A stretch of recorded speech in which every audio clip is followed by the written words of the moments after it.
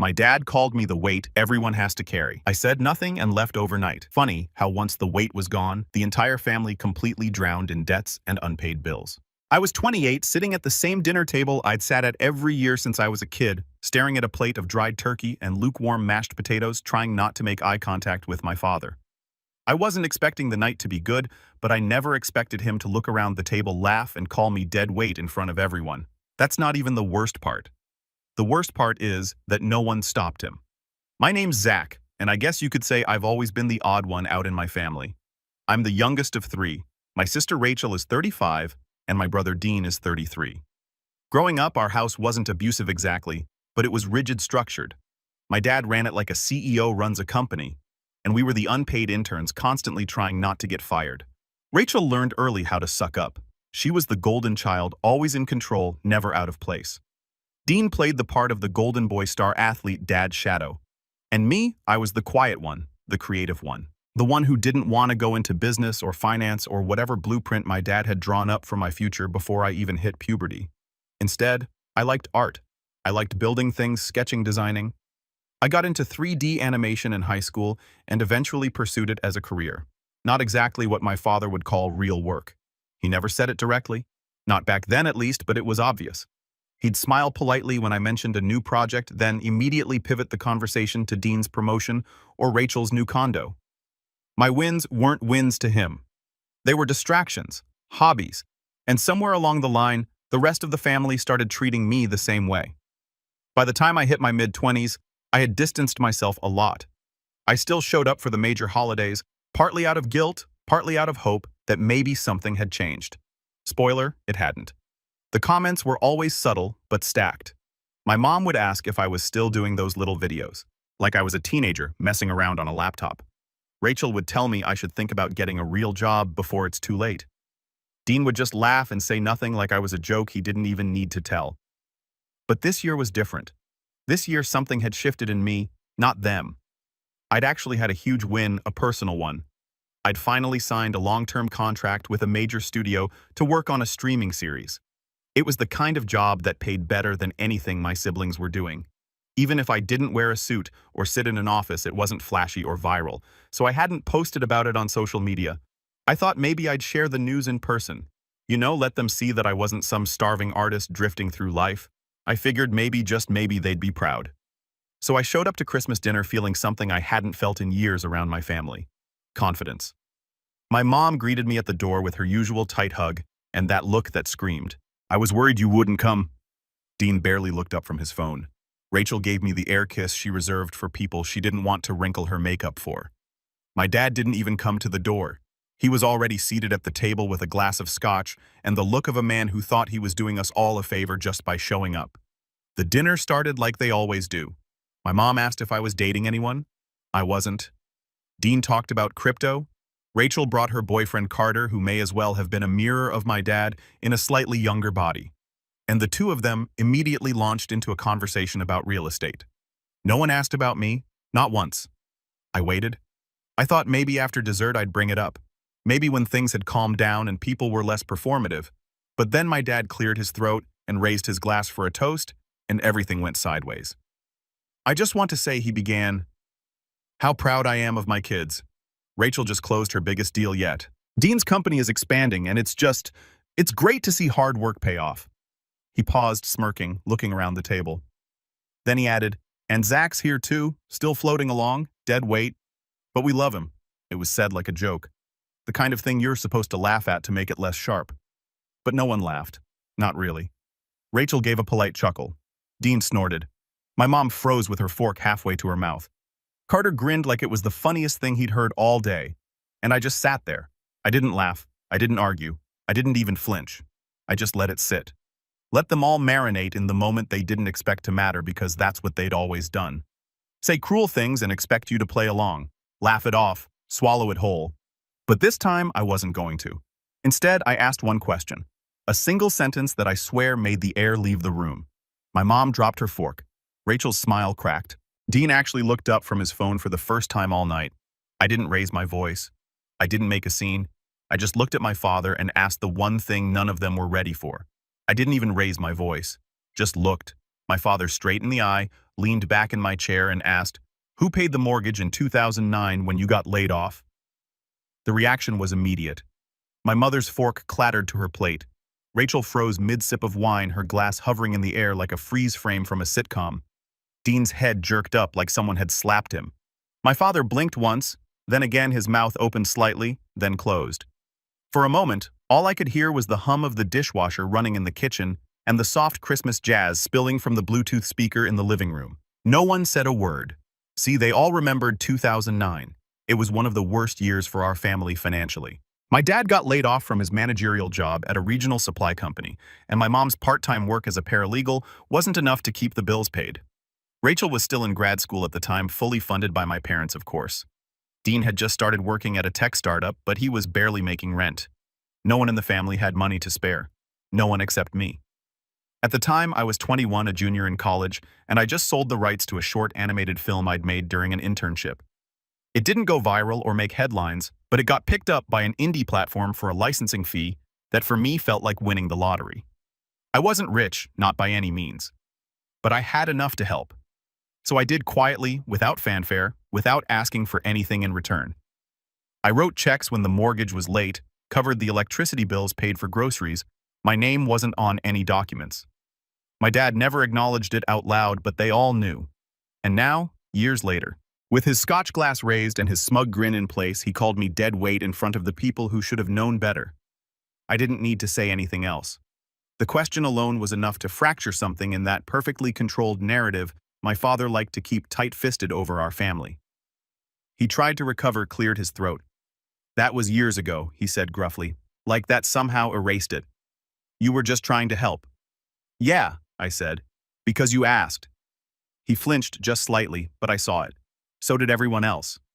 And I think that's when the balance in the room shifted, like the floor had tilted just a few degrees and no one was sure where to put their feet.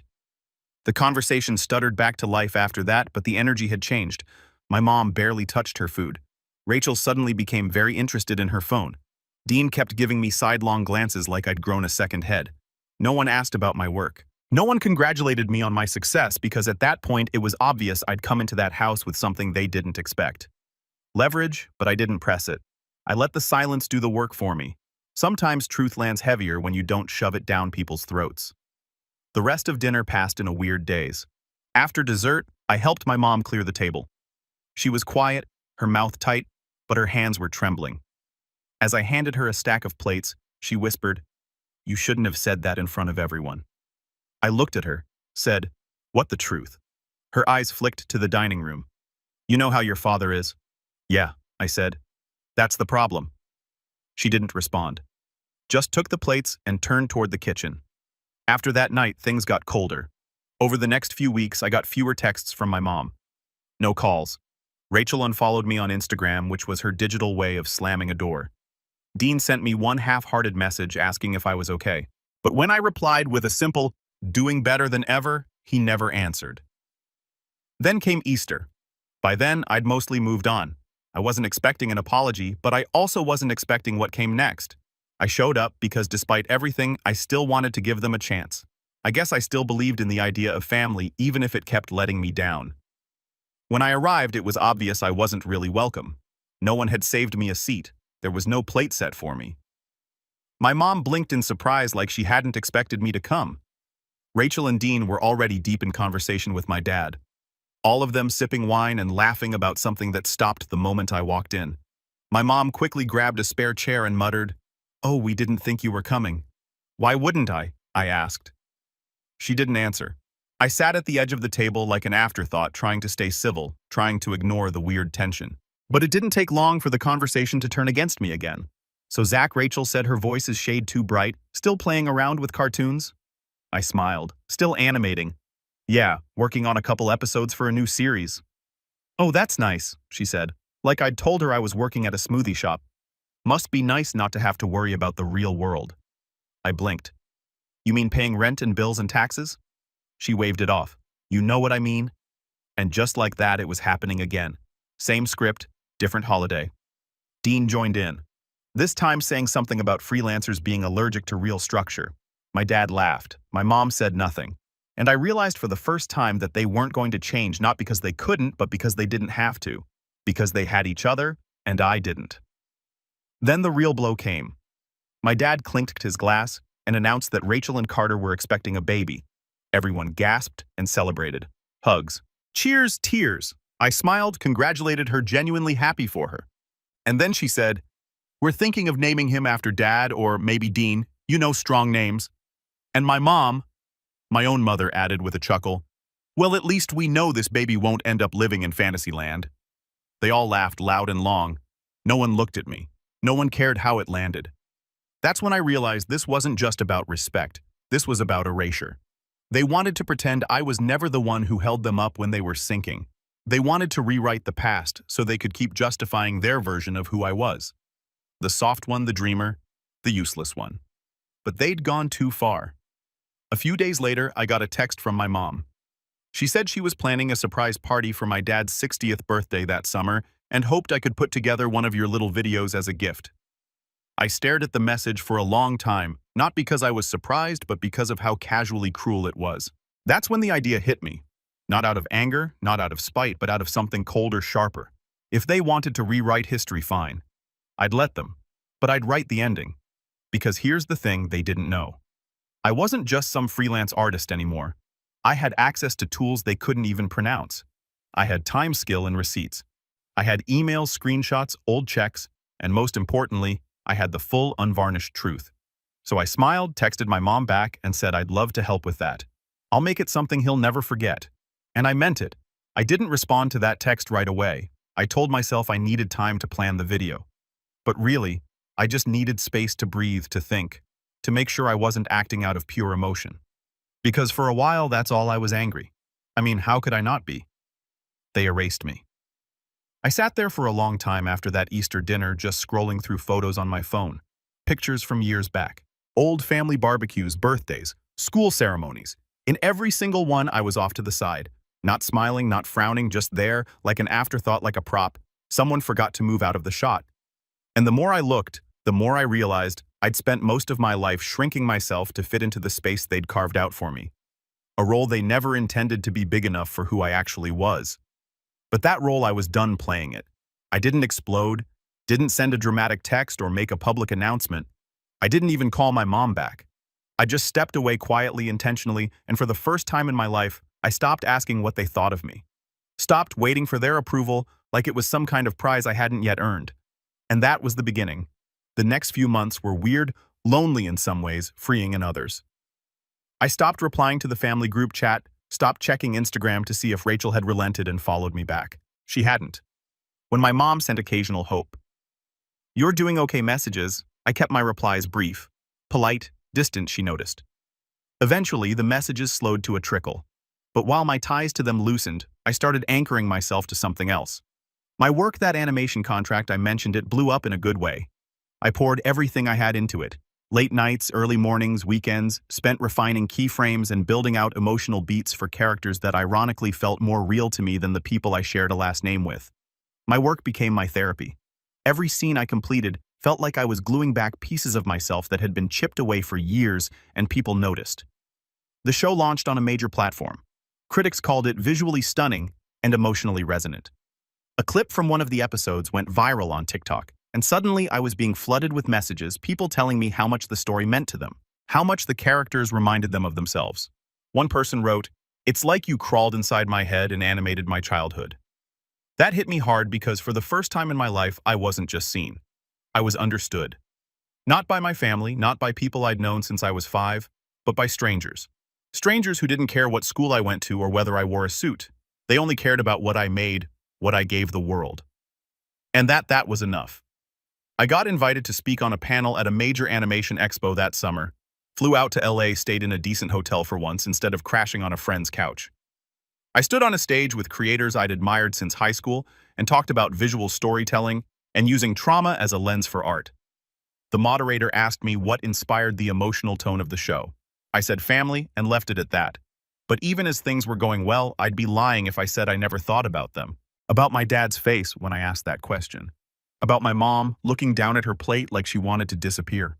about the weird, empty feeling of knowing that my success meant nothing to the people who should have cared most.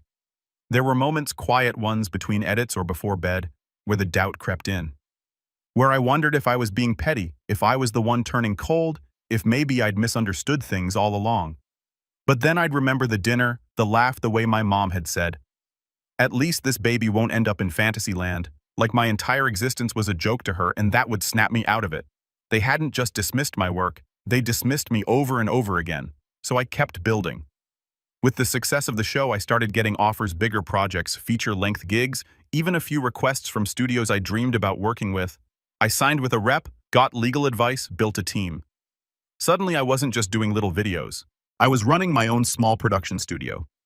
I hired 2 assistants, contracted a few freelancers, started mentoring a kid from my hometown who reminded me of myself at 16. And the best part, I didn't tell my family any of it. Let them think I was still tinkering in my bedroom like a bored teenager. Let them keep underestimating me. That was the best camouflage I could ask for until the text came in. Late June. My mom, "Hey Zach, just a reminder about Dad's surprise 60th July 15th. Hope you're still working on that little video. Let me know if you need help with photos." I stared at it for a long time, smiled, set my phone down, and opened a folder I'd been quietly building for months. See, when I'd agreed to make that video, I already knew what I was going to do. But I didn't want it to be a petty gotcha moment. I wanted it to mean something, to land with enough weight that no one could shrug it off as a tantrum. I wanted to hold a mirror up to my family and let them see exactly who they were, who they'd been all along, without me needing to say a single word.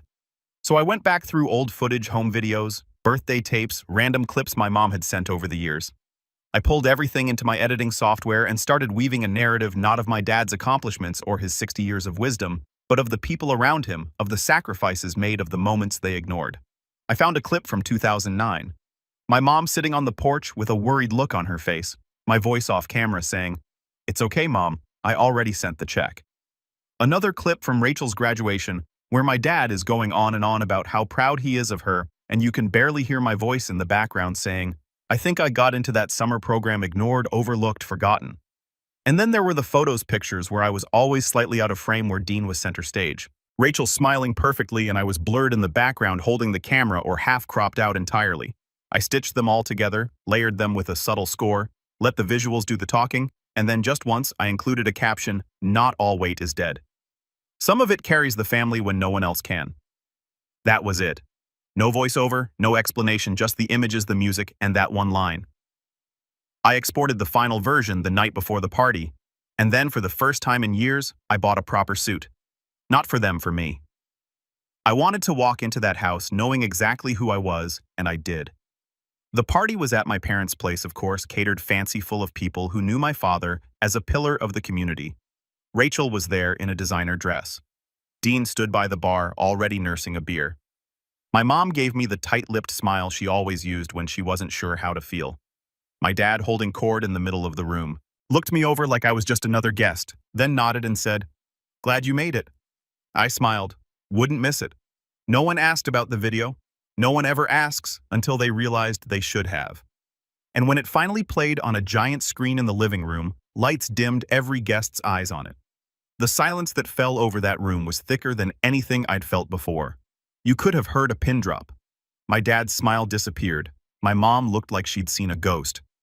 Rachel's jaw clenched. "Dean." For once, he looked genuinely uncomfortable, and I just stood in the back of the room, hands in my pockets, watching it all. There's a moment that comes after the silence, after a truth is laid bare, and there's no comfortable lie left to cling to. When people reveal who they really are, the video ended. The room sat frozen. No one clapped, no one moved.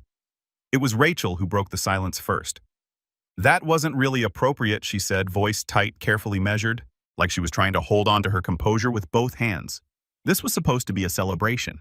I didn't respond to her directly. I looked at my father. He was still staring at the screen, at the final frame, that one line glowing white against the black background. "Not all weight is dead. Some of it carries the family when no one else can." The irony wasn't lost on me. How quickly their tone had shifted now that everyone else saw it. Not just me. Not just some angry son or black sheep with a chip on his shoulder. No, now the audience knew. His colleagues, his golf buddies, the family friends who'd always assumed I was the quiet one who didn't come around much. Truth changes things when you force people to look at it. Still, I kept my face calm collected. I wasn't about to blow everything I'd built by turning this into a fight. No, this was the beginning of something much more deliberate. So I smiled. You asked me to make a video that meant something. That's what I did. My mom was pale. She stepped forward like she wanted to say something, then stopped. Her hand fluttered at her chest. Zachary, you could have warned us. I think you've had enough warnings. I said, you just never listened. And then I left, walked right out cool as ice, leaving them to stew in that room full of their own reflections. Because this wasn't the revenge. Not yet. That was just the setup. The part where the walls start to close in and they finally realize they're not the ones holding the map. In the days that followed, I expected anyone to call, maybe to yell, maybe to apologize. I was ready for both. But the silence stretched on, which only told me one thing. They weren't sure how to respond. And when people don't know how to fight back, that's when they're most vulnerable. So I started planning not out of spite, but out of clarity, because I had something they'd never had when dealing with me, the element of control, and I was going to use it. First step, gather the receipts, not just from 2009, but everything. I went back through my bank records, found the exact amounts I'd sent during that year, and the few that followed. I printed screenshots of every transfer, labeled them, dated them. I pulled emails my mother had sent thanking me privately for keeping them afloat. I saved voice messages where she'd whispered, "Please don't tell your father I asked." I wasn't planning to sue them or anything dramatic like that. But this wasn't about money, it was about accountability. I wanted to build a record so complete, so airtight, that if any of them ever tried to rewrite history again, I'd have more than just a well-edited video. I'd have evidence. Second step, identify pressure points. Every person in that family had a weakness, and I knew them all. Rachel cared about image more than oxygen. Her LinkedIn, her Instagram, her real estate branding, everything painted her as a self-made powerhouse who came from a loving, supportive family. Her followers saw brunches, luxury condos, expensive shoes. They didn't see the ugly truths. The way she'd manipulated my parents into co-signing her first mortgage while belittling me for needing help with a car loan. The way she'd badmouthed me to clients because my weird animation stuff was a little too alternative. Dean was quieter, more subtle, but he was desperate for validation. He was always trying to impress Dad, even now in his 30s. His biggest fear, looking small, weak, like he wasn't the guy Dad bragged about at the golf course. And he had secrets too, things I wasn't even supposed to know.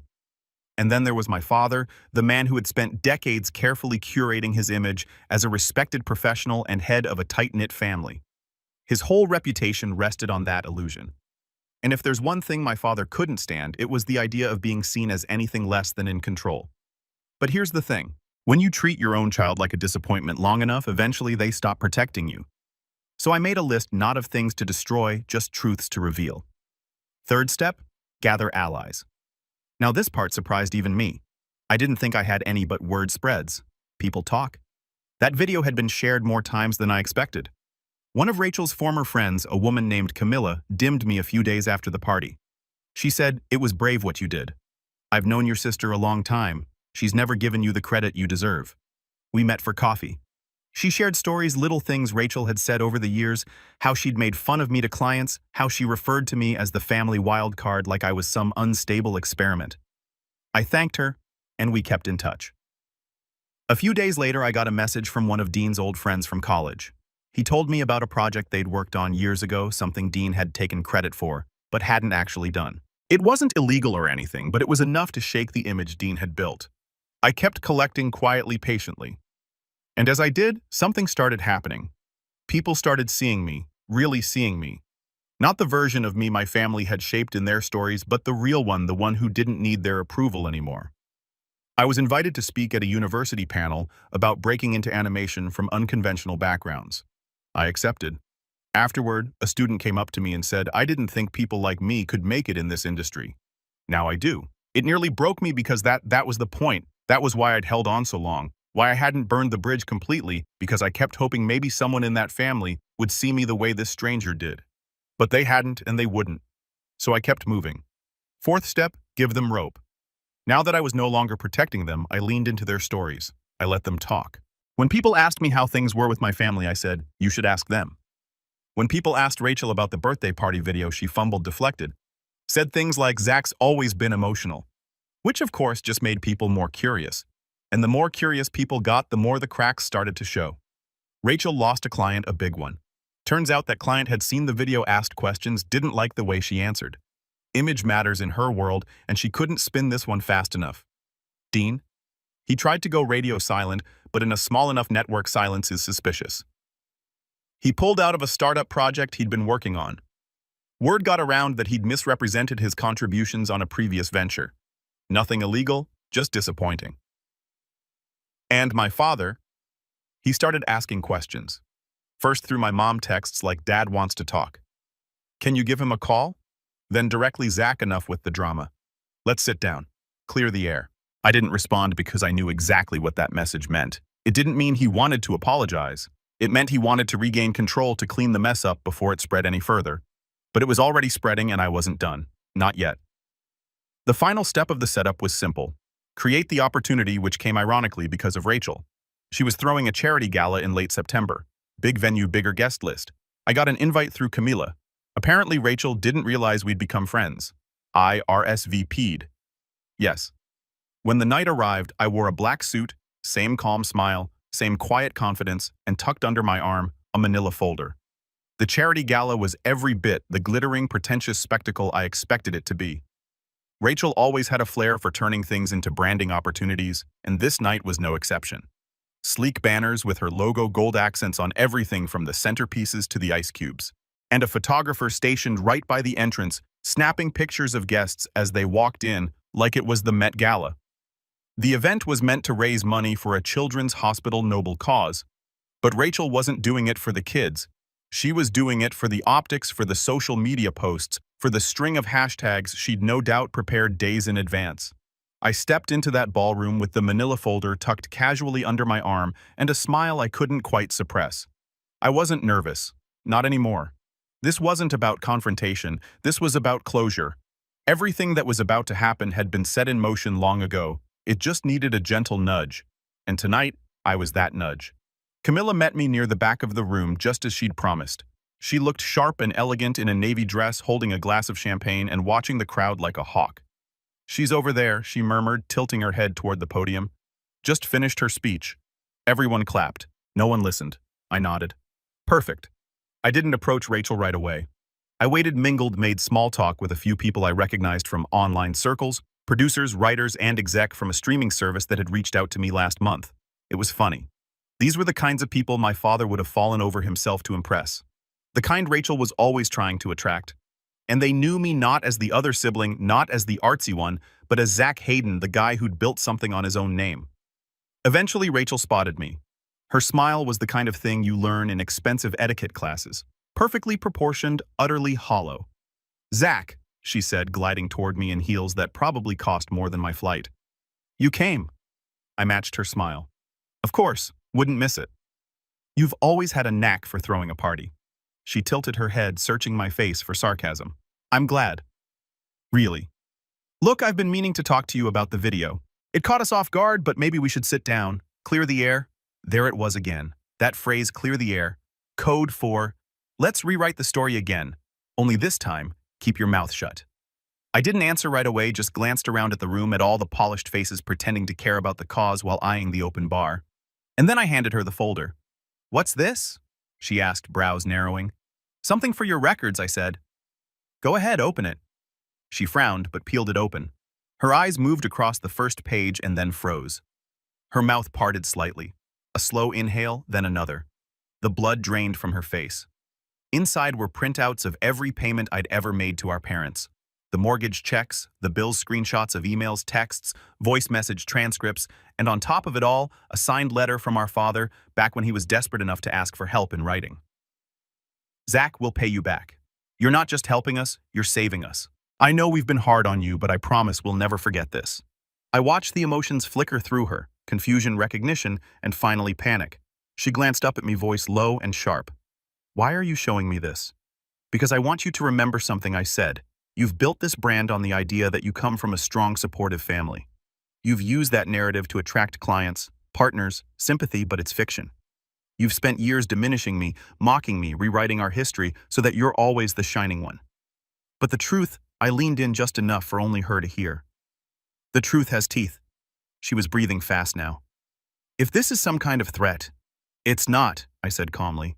It's a favor. A chance for you to stop before I decide to go public. She went rigid. You wouldn't dare. I don't need to, I replied. The damage is already done.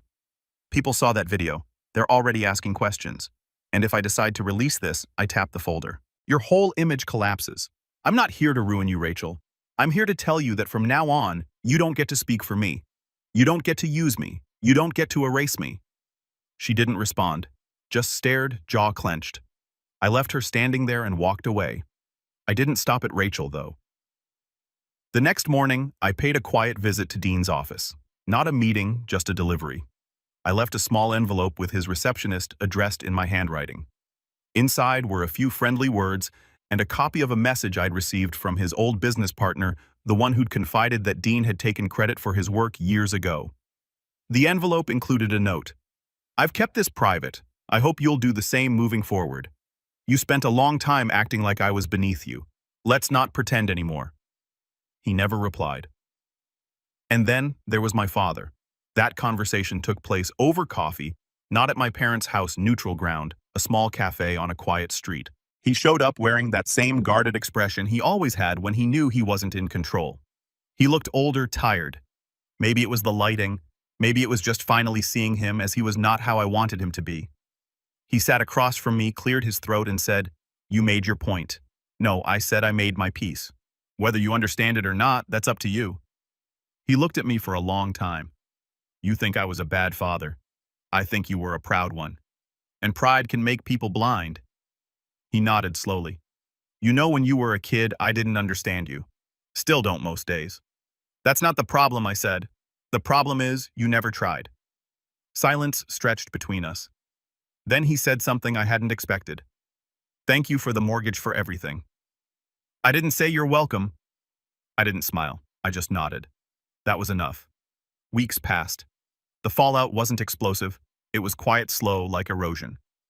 Rachel's reputation took a subtle hit. Nothing dramatic. But enough that some clients stopped returning her calls.